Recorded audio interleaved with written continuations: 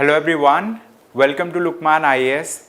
Today we are going to have the Hindu newspaper analysis dated 13th of October 2023. In today's newspaper analysis, we are going to cover a mapping topic and then we are going to cover the newspaper articles from the Hindu newspaper. So let us quickly see the list of articles that we are going to cover today. So these are those articles that we will discuss in today's newspaper analysis session.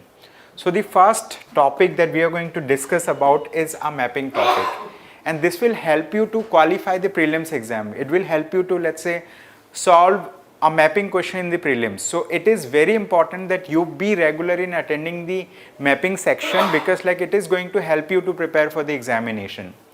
So today's topic is Amazon River. Okay, so today's topic is Amazon River. So the first question is where is this river located? The Amazon River is located in South America. Okay, so this is the map of South America. South America is also known as Latin America. Okay, so South America has 12 countries that are independent, that are, let's say, sovereign countries. Apart from this, there are some territories that are, let's say, these territories are governed by some other countries, right? For example, if I talk about French Guiana, this is let's say, administered by French government. So that is let's say dependent territory.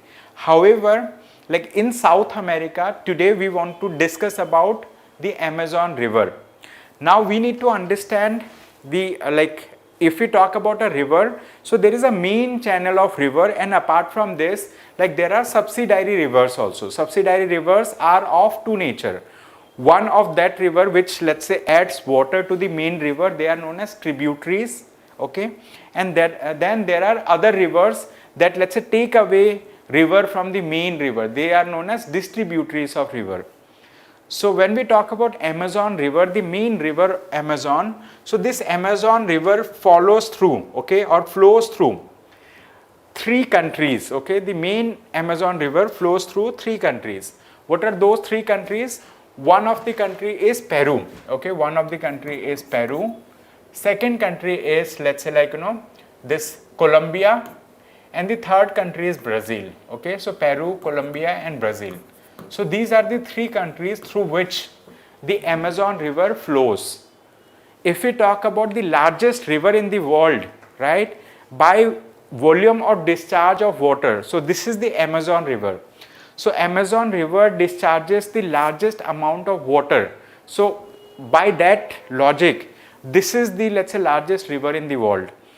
Now if we talk about the longest river in the world, so longest river in the world is the Nile River. So that is located in Africa, in African continent. But the largest river by discharge of amount of water, volume of water, is the Amazon River. Okay, so it flows through these 3 countries, Peru, Colombia and Brazil, the main river, main Amazon River. And apart from this, if we talk about, right, if we talk about for example, the river basin, Amazon River Basin. Now this Amazon River Basin is that area through which the water of Amazon River flows either through distributaries or through tributaries, right? So this is the thing. So the green color, right, green color shaded region over here, it showcases the Amazon River Basin, right, in South America. So if we talk about Amazon River Basin, to how many countries this Amazon River Basin exists, so for that we need to understand that in South America we have 12 countries. The south portion of South America does not have the Amazon River Basin. So the thing is, we need to exclude these countries, right, these countries that are lower to it. Which countries are these? One of the country that we need to exclude is Chile. Second country that we need to exclude is Argentina. Third is Uruguay. Fourth is Paraguay. Okay, so these are the 4 countries, right, that do not have the Amazon River Basin. So except these 4 countries, in other 8 countries that are there in the northern portion of South America, we have the Amazon River Basin. So what are those countries? We can, let's say, take the name of these countries also one by one. So let me take another color over here. All right, so Now the first country that we see is Ecuador, second Colombia, third Venezuela, fourth Guyana, right? Fifth Brazil, sixth Peru, seventh Bolivia, right? And there is another country over here, okay? Seventh Bolivia, and there will be another country, okay? Colombia, Ecuador, Venezuela, Guyana, Suriname, yes. Eighth will be the Suriname. Suriname is also a country. So these are the 8 countries that has Amazon River Basin. All right, 8 countries has Amazon River Basin, and these 4 countries do not have Amazon River Basin. The main Amazon River flows through only 3 countries that we have talked earlier. Okay, so they are Peru, Colombia, and Brazil. Okay, this is the thing. So I have included multiple maps so that you can go through it in your free time. So this will help you to understand about this, because recently the Amazon River and its basin was in news. It was in news because of multiple reasons. One of the reason is, of course, the heat index. Okay, because of heat index we have seen, let's say, forest fires also in the Amazon River that has killed huge number of, let's say, like, animals over there, and there were, let's say, destruction to the ecology of the Amazon River basin. Now, having understood that, now let us quickly move to first topic for the day. This topic is for the prelims exam. This is going to be an important topic for you. It says India ranks 111 out of 125 countries in the hunger index. So here we are talking about global hunger index. Okay, which index? We are talking about global hunger index. This global hunger index is very important. It is important for the prelims exam. You need to read about it. You need to understand which organization releases this report, global hunger index report. And also you need to understand at what frequency they release this particular report. Do they report it every year, or do they report it, let's say, do they release this report every 2 years? That is also an important factor. You also need to understand, like, what are the parameters of this global hunger index. What are the parameters under which they calculate this? Okay, that is also important. What do we mean by hunger, right? Global hunger index. So this is the thing.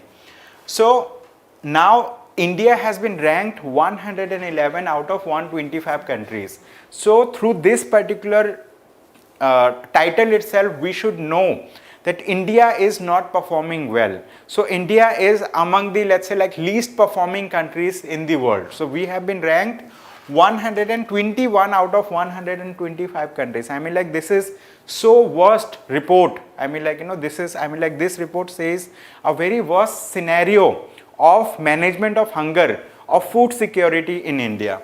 So according to this index, right, so this index is published, let's say, like, annually by 2 organizations. These organizations are known as Wealth Hunger Index and Concern Worldwide. So I'm going to write about their name. Just give me a minute. So the first topic that we are discussing today, this is global hunger index. Okay, we are discussing about global hunger index. In short, it is known as GHI, global hunger index. So what is the rank of India, right? If we talk about Indian rank, so India is ranked 111 out of 125 countries. Okay, that is the rank of India. Which organization releases this report? This is also important. One of the organization is known as Concern Worldwide. Okay, Concern Worldwide. Second organization is known as Wealth Hunger. Okay, Wealth Hunger Life. So these 2 organizations together releases this report. Okay, they together releases this report. So this is an important factor. Apart from this, they have talked about there are 12 other countries that rank below India. These countries include this Afghanistan, and it includes, let's say, some sub-Saharan countries. Okay, so they performed worse than India. But if we talk about India has performed much worse than many countries in the world. That's the thing. Okay, so this is global hunger index. So this is an important factor. So on the basis of this topic, today we are going to discuss about a question also. Okay, so what are the indicators that it considers? I mean to calculate the global hunger index. Those indicators are also important. These indicators include undernourishment. Okay, one of the indicator is known as undernourishment. Second indicator is child stunting. Third indicator is child wasting. And fourth indicator is child mortality. Okay, all these four indicators are important. You need to remember this: undernourishment, child stunting, child wasting, and child mortality. Okay, so I'm just going to write it for you. Okay.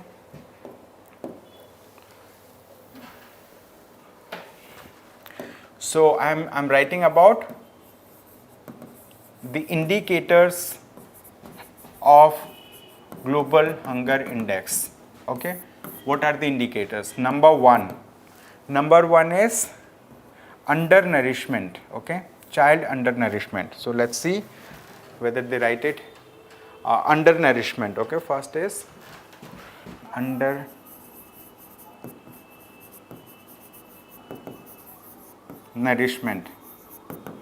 Second is child stunting. The third is child wasting, and fourth is child mortality.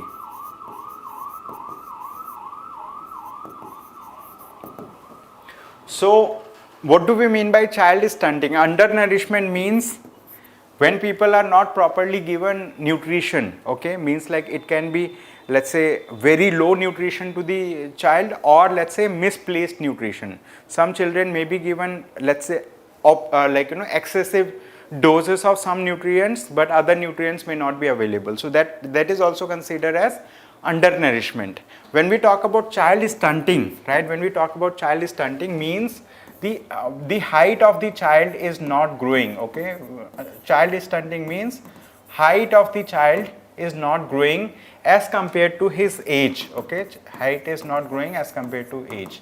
Means there can be child who are more than 15 years of old age, but their height is very low. So that is known as child stunting. Okay, it is known as child stunting. Now let's understand what do we mean by child wasting. Okay, let's understand about child wasting. Okay, that's important. Child wasting means the height of the child is increasing, but the thing is his body mass index, BMI, is very low. Okay, body mass index is very low, means he is very thin. This child is very thin as compared to his height. Okay, he is very thin. So that is known as child wasting. So these are also parameters that are included in calculation of global hunger index. And child mortality. Okay, when we talk about child mortality is one of the important parameters. I mean how many children are dying, right, at birth, within 28 days, or within a month, or within, let's say, 5 years. So that is the thing. So all these parameters, all these four parameters are part of global hunger index. Okay, so one of the thing is undernourishment, child stunting, child wasting, and child mortality. These are the four indicators of global hunger index. That's the thing. So having understood the first topic, now let us see a question related to this topic. So it says, with reference to global hunger index, consider the following statements. Okay, we need to consider these statements. So they have given how many statements to us? 3 statements. First says India ranks 106 out of a total 125 countries in the global hunger index. Okay, so the thing is, this statement is wrong because India has been ranked as 111 out of 125 countries in the 2023 edition of global hunger index. First statement is wrong. Second statement, let's quickly see. It says it is an annual report jointly published by Concerned Worldwide and Wealth Hunger Life. Okay, this statement is right. Okay, this is right. Third, child wasting makes up 1/6 of the global hunger index. This is also right. Okay, child wasting is 1/6, child stunting is 1/6. They together make up of 1/3 of the global hunger index. So which answer will be right? Option B will be the right in this case. Okay, option B is the right answer in this case. Having understood this, you can go through the solution in your free time.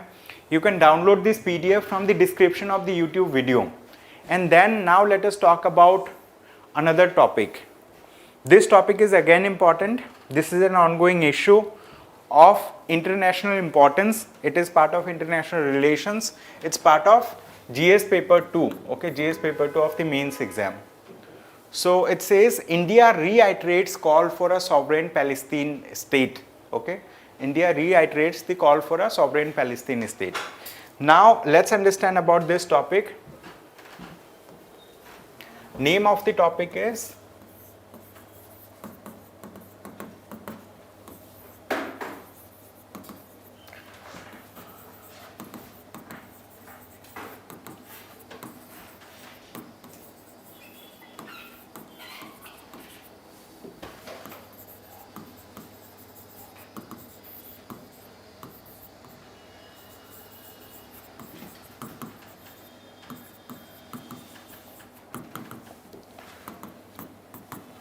India reiterates the call for a sovereign Palestine state. So this article has been written in the context of ongoing war between Israel and Palestine. Okay, between Israel and Palestine. Now let us understand what is the case. Earlier also we have discussed, like earlier we have discussed through a map as well. So the thing is, like, if we talk about the state of Israel, let me draw a very rough map of Israel. Let's say, like, this is the Israel. Okay, so what used to happen that, like, in 1940, before 1947, most of this particular territory that we see, most of this territory was part of Palestine. Okay, it was part of Palestine. But the thing is, like, slowly and gradually, I mean, like, there have been wars between Palestine and Israel. Okay, there have been wars between them, and through that war, the Israeli authorities, okay, Israeli authorities has captured, let's say, like, most of the territories except these regions. Okay, except these regions that I have shaded over the years. So there was a war also between Israel and Palestine in 1973. This war is known as Yom Kippur War. Okay, it is known as Yom Kippur War. It is also known as October War. It was fought between these two countries, and Israel was, let's say, supported by, Israel was supported by, let's say, Western countries. Western countries means the United States of America. So taking the help of the Western countries, it has occupied territories of Palestine. Now, earlier Palestine was the entire region. Now, like, if you talk about present day Israel, so Israel has occupied most of the territories except the shaded region over here. So that's why the Palestinian Authority wants to recapture, they want to take back the territory that has been captured by Israel. And recently, I mean, like, there have been histories also related to this. So one of the organization which is known as Palestine Liberation Organization, it is known as Palestine Liberation Organization, PLO. So it was started by a person, his name was Yasser Arafat. Okay, Yasser Arafat. So he has started, so he has run a secular movement to take back, right, the Palestine from Israel. Okay, to take back the territories in Palestine. But the thing is, like, after this organization, the head of this organization was killed by Israeli authorities. Okay, so Israeli authorities have done targeted killing of the heads of let's say, like, Palestine government or, like, Palestine authorities. So the thing is, like, later on emerged another organization which is known as Hamas group. Okay, this has emerged right after this Palestine Liberation Organization. This Hamas group, they have recently attacked, okay, they have attacked Israel on 7th of October. Okay, they have attacked Israel from all the three routes. They have attacked through air, through sea, and also through let's say like through land. So they have launched attack against Israel on that day. So that attack, I mean, like they wanted to raise the consciousness of the people that like Palestine is under let's say control of Israel. So they wanted to take back their territory. So soon after that, the head of the Israeli government, means the prime minister like Benjamin Netanyahu of Israel, okay, the prime minister of Israel has declared a state of war. He has declared a state of war with Palestine, okay. So after then the warfare is happening between Israel and Palestine. So now the government of India actually like soon after this Hamas attack, the government of India has said that like it condoles, it extends its condolences to the people who have been killed in this attack, okay. So but the thing is like in this article they have said India reiterates the call for a sovereign Palestine state, means like India is also in favor that like a Palestine state should be a sovereign authority, it should be a sovereign government. Sovereign means they should be, let's say, able to take their decision independently, internally as well as externally, not under any pressure of Israel or any other country, okay. So that's the thing. So this article is an important article, okay, it's an important article. So now the government of India has launched an operation. This operation is known as Operation Ajay, okay. We have launched an operation, this is known as Operation Ajay. So what is this Operation Ajay? Under this Operation Ajay, we are evacuating Indian citizens who are stranded in the war-hit region between Israel and Palestine. So we want to evacuate Indian citizens. So there are about 18 to 20,000 Indian citizens, and those Indian citizens who want to come back to India, for them the government of India is actually making like facilities, means like aircrafts are being arranged, and these people are asked, those people who are, let's say, stranded in Israel, these people are asked that like you need to, what you need to do, you need to, let's say, like fill an online form, so that like you once you register, the Ministry of External Affairs is going to reach out to you and they will help you to come back to India. That's the thing. So this Operation Ajay is an important operation. So it is an evacuation, okay, it is an evacuation exercise, okay, evacuation exercise by the Ministry of External Affairs, by MEA, and they are going to evacuate Indian citizens from Israel, right? So that's the thing. So in this article they have mentioned about it. Now having understood this, now let us move to another topic. It says Hamas and its supporters are beyond belief. Now this topic is also linked or related to the previous topic that we have discussed, and in this topic they have given a perspective, they have talked about a perspective. Now let's understand about that perspective. It is important for us to understand about this perspective as well, okay. So it is related topic, so I'm going to write it again.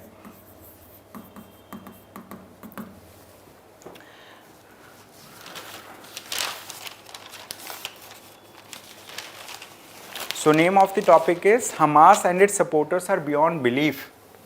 Hamas and its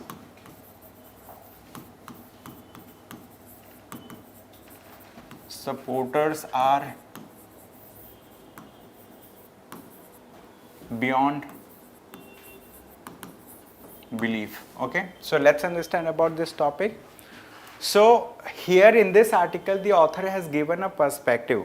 What that perspective is, first of all he has talked about the, let's say, attack that the Hamas has done, right, on Israeli authorities, and Israeli people are, let's say, retaliating the immediate attack.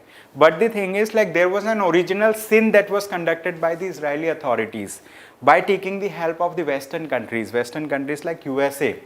But the thing is, like, there are many countries in the Western nations, like, if we talk about the entire European Union, the France and many other countries are in support of Palestine.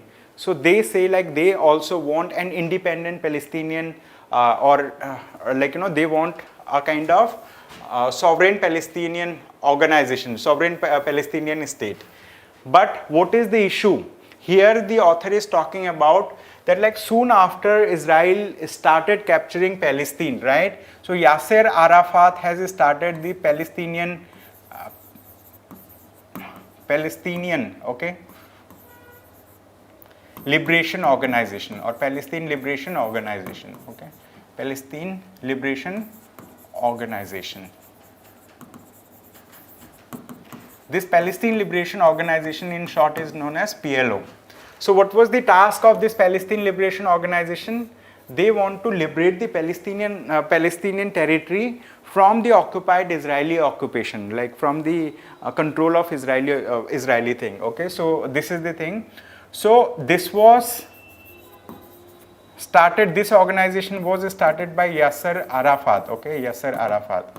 But the thing is like this liberation organization, they used to do the work, right? They used to do the work in a manner that was secular matter. Okay, so the thing is like Israelis has started their states. Okay, Israel has started their state, which was a Jewish state. Okay, so this was a religious state. Okay, Jews had a religious denomination, so it was a religious state. But this Palestinian Liberation Organization that they have started, it was a secular thing. But the thing is, the Western countries who are considered to be the secular people, they did not support the, let's say, like Palestinian authorities, even though like it was secular. They supported the Israeli people. Why? Because the Israeli people dress up. Okay, they let's say wear things in a manner which is similar to the Western countries. Okay, they wear jeans and all. So this is similar to the Western countries. So their culture is very similar. Israeli people's culture is very similar to the Western countries. But the culture of the, let's say, people of Palestine, so they were, let's say, Islamist people. So they dress up, right, similar to the Muslims. So the thing is like their political Islam, okay, their political Islam has been, okay, their political Islam has been equated with the religious Islam. Okay, it has been equated with the religious Islam. So that's why these people did not get support from the USA or other countries who support the Israeli government. So this is the thing.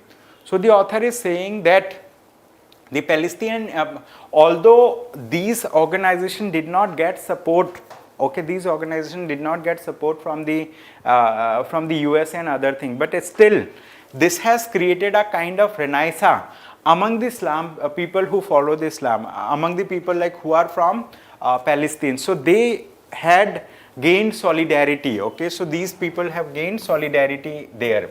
So the thing is like in this article the author says that Hamas, thinking through the kind of prism that Yasser Arafat Palestine Liberation Organization would have avoided, has misread the situation. So they are saying that Hamas, I mean like they have thought that we are going to attack and we are going to take back the territory. But that attack, I mean like now Israel has retaliated and they may take more territories from Hamas. Let's say like, you know, still more territories can be captured by Israel. So that's the thing. So they say Hamas may not be able to win, but the thing is like they have done the attack and they have, let's say, raised their voice in the international like arena in this case. Now with this, let us move to another topic. This topic is a very nicely written topic. Okay, this is a very nicely written topic by Manoj Kumar Jha. He is a parliamentarian, so he is a member of parliament from the Rajya Sabha. So this topic says a key step in Bihar to promote better social justice. Okay, a key step in Bihar to promote better social justice. Now let's understand about this topic. It is a very good topic. Okay, it's important for polity and society also. Name of the topic is a key step in Bihar, a key step by Bihar to promote social justice.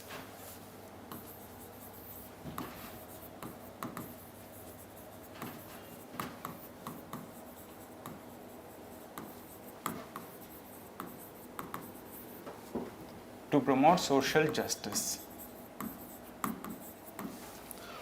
So in this article we are talking about caste census. Okay, we are talking about a caste census that was conducted by Bihar, and Bihar government has released this caste census data on 2nd of October, okay, 2023. They have released this data, and they have not only conducted this exercise, but they have also prepared themselves to fight legal battles in the High Court of Patna and also in the Supreme Court of India. There were many opposition parties who opposed this particular move of caste census in the state of Bihar. But the Bihar government has shown what its relentless pursuit in conducting the caste census and also releasing the data. Now the author says that why this caste census is important in the state of Bihar in specific, and also why it is important in general, right? Why it is important in general for the state, for India, right? So author has given many points to support a caste census. So like, you may get a question in the mains exam asking like why caste census is needed. So there should be statements from your side like why a caste census is needed. For that, this article is going to be important. And there have been many other articles that, let's say, criticized also. So that will be Kahn's argument. So reading this article will help you to answer questions related to that. So the thing is, like, if we talk about this particular caste census, this socio-economic and caste census was, let's say, like, was an exercise that was long due in the state of Bihar. So author says that, like, this caste census is going to help the government of Bihar to come up with, let's say, like, to come up with those plans that are going to help, right, different sections of the Bihar population. Okay, so it's going to help different sections of Bihar. So according to this article, they say, like, 84% around, okay, 84% of people in Bihar are composed of extremely backward classes, other backward classes, and also SC and ST communities. Okay, around 84% of the population are them. So 84% of Bihar population, okay, Bihar population is composed of the extremely backward classes, then other backward classes, then STs and SCs. Okay, so these four groups together make up of 84% of the population in the state of Bihar. That's the thing. So this socio-economic and caste census played a vital role in sub-categorization of different caste groups in the state of Bihar. And in this article, they have said that other backward classes, this OBCs, okay, this other backward classes, right, this other backward classes, what they do, this is done by the government for their administrative conveniences to identify the people who are from backward classes. So it's not a caste in that manner, okay, it's not a caste or subcaste in that manner. So that's the thing. So he has given that, like, this socio-economic and caste census is a subject of debate. Why it is a subject of debate? Because of many points. Okay, so he has supported this thing with so many points. One of the things that he has said, number one, he said that, like, historical injustice was done, right? Historical injustice is being have been done to, let's say, like, lower caste people in India from time immemorial, since the different caste system came into being. So caste system means, like, we have the Brahmins, we have Kshatriyas, we have Shudras, we have, let's say, Vaishyas. So those people, lower caste people, have been subjugated. So they have been, historically, injustice has been done. So to correct that injustice, we need to have a caste census so that this injustice can be reversed. That is one let's say, supporting point. Second supporting point is constitutional mandate. Okay, second supporting point is constitutional mandate. So author over here says that even the Constitution of India recognizes that there are different castes, and the thing is, the Constitution of India says, right, that caste based reservation can be given to people, affirmative action can be taken by the government. So the Constitution of India has given mandate to the government of the day to provide justice to the people. So this is the second point in support of caste census. Third point says that human rights, okay, to uphold human rights means discrimination has been done on lower caste people from time immemorial. So like we need to protect their human rights so that discrimination does not continue further, okay. So to uphold human rights we need to, let's say, have a caste census. That was the third point. Fourth point says social cohesion, okay, social cohesion.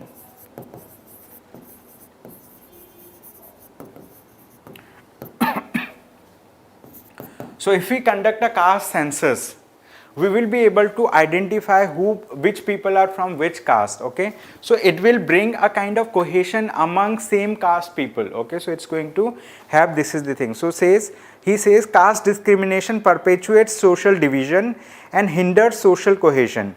It creates a sense of inequity and injustice among marginalized groups and can lead to social unrest. Government intervention is essential to promote social harmony and unity. So this is the supporting point. Then fifth point he says economic development, okay. Fifth point is economic development. So we need to think of economic development of those people who are from let's say like lower caste people, and like if government comes up with reservation policies in academic institutions and in government jobs, so it will lead to economic development for the, let's say, like discriminated earlier discriminated people who were earlier discriminated, so they will be having economic development through this. Then sixth supporting point he says education, okay, education. So the thing is lower caste people were earlier deprived from education. So this caste census will be able to identify the people who need, let's say, reservation in academic institutions. So reservation in academic institutions will allow these people to come to the mainstream of the society by acquiring education, okay. So this is the point. Then seventh point he said related to employment, okay. So the thing is author says that caste census will help the government to identify the category of people who need employment benefits, who need, let's say, affirmative action from the government. So it's going to help in employment of the lower caste people also. That's the thing, okay.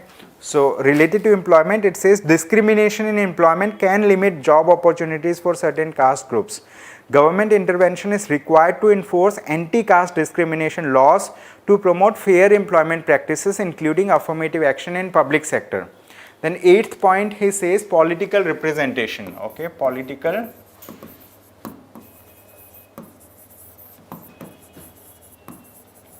representation.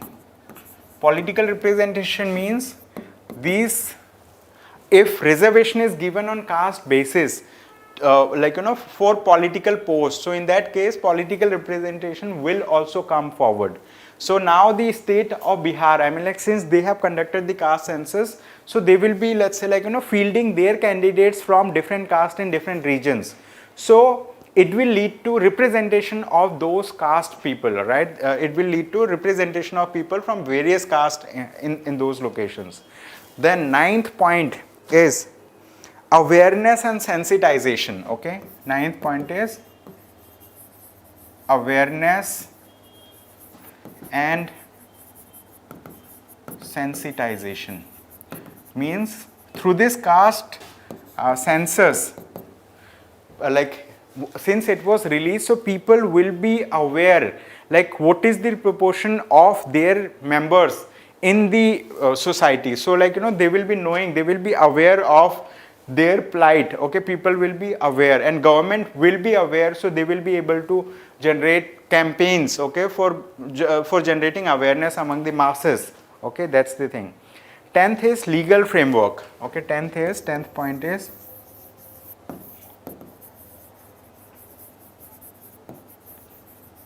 legal framework. So he says government intervention is crucial to strengthening and enforcing anti-discrimination laws and policies aimed at eradicating caste discrimination. Without a committed government effort, these laws may remain ineffective. Okay, so he says regular caste-based census data can help track the progress of different caste groups over time, leading to better evaluation of policies for social justice. Okay, so he says this caste census will help in let's say making policies or for policy formulation to ensure social justice to these discriminated people, okay, to these people who were earlier discriminated. That's the thing. So it is a very good article. Okay, so having understood this, now let us move to another topic. This topic is again related to the previous topic. It says, should the 50% legal ceiling on reservation be reconsidered? Okay, this topic is again important. Okay, so let's understand this topic quickly. It is related to the previous topic, so keep the previous topic in mind. Okay, it says, should the 50% legal ceiling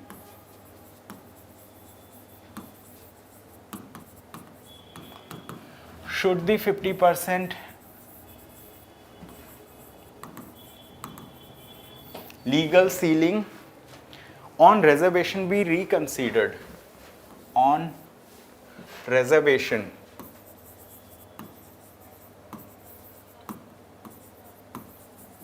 be reconsidered. Now let's understand this. Basically, like, a Mandal commission has been appointed by the government of India. Okay, a Mandal commission has been appointed by the government of India, and that Mandal commission has, let's say, supported the idea of 27% reservation. Okay, 27% reservation for other backward classes. Okay, for OBCs in India. And after then, the government of India, let's say, given reservation, the government of India has given reservation to scheduled caste people, scheduled tribe people, etc. Right? So the thing is, the reservation thing was going very high, and then the Supreme Court of India has intervened. It has not directly intervened. There was a case which is known as Indira Sahni case. Okay, there was a case which is known as Indira Sahni judgment. Okay, Indira Sahni judgment of the Supreme Court of India, and this judgment came in 1992. So in the Indira Sahni judgment of the Supreme Court of India, the Supreme Court of India has put a limitation that total reservation should not exceed beyond 50%. 1992, right? So the total reservation should not increase beyond 50%. So here the Supreme Court of India has said. But later on, what has happened? The government of India has come up with another thing. I mean, like, in 2019, the government of India has come up with economically weaker section, okay, EWS quota. It has come up with EWS quota. So this EWS quota now wants to give, like, that time wanted to give 10% reservation to people who are from economically weaker section, 10% reservation. However, it was challenged in the Supreme Court of India, right? And the Supreme Court of India, okay, Supreme Court of India has upheld that 50% reservation, like 10% reservation can be given to economically weaker section over and above this 50% limit that was earlier set by the Supreme Court of India. So this was another important, let's say, milestone in 2019. Okay, it was another important milestone in 2019. However, if we talk about some states, right, there are states, for example, there are, let's say, cases from different states. The state of Tamil Nadu, okay, the state of Tamil Nadu provides a reservation to the tune of 69%, right? It provides reservation to the tune of 69% in the state of Tamil Nadu, and they provided under provided under a 1994 law. Okay, so 69% reservation is provided by Tamil Nadu. right, under a law which was created in 1994, and they got this particular thing included in the 9th schedule of the Constitution of India. Okay, so those things that are there in the 9th schedule of the Constitution of India, these things are protected, or they are made immune from judicial review. So even the judiciary cannot review on this thing. So that's why the Tamil Nadu government is able to effectively give reservation, 69% reservation to the Tamilian, okay, in their state. So that was the case. And there are other states also that provides reservation. For example, let's say like, in this article they have mentioned that thing also.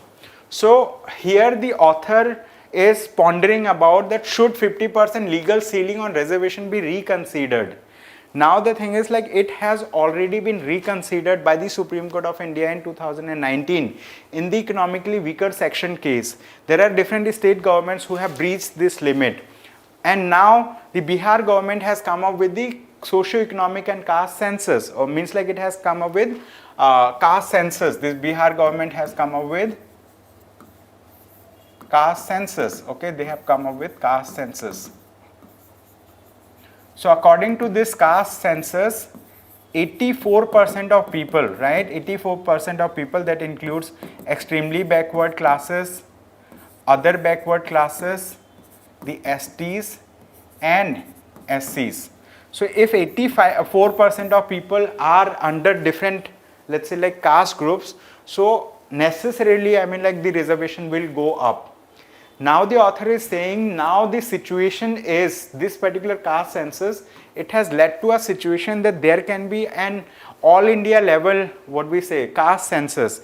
And if that happens, so it will lead to Mandal 2.0 situation. Okay, it will be Mandal 2.0 situation. Mandal 2.0 means the Mandal Commission had recommended for, let's say, 27% reservation for OBCs and all.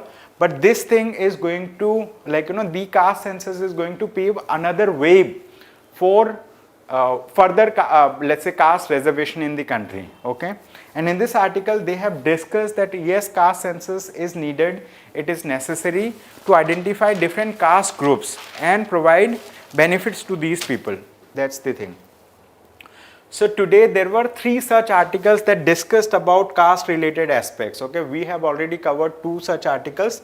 This is the 3rd article related to the same topic. Okay, 3rd article on the same topic. It says the case for a caste census in India. Caste census was conducted in the state of Bihar, and now most of the opposition parties are demanding a caste census for India.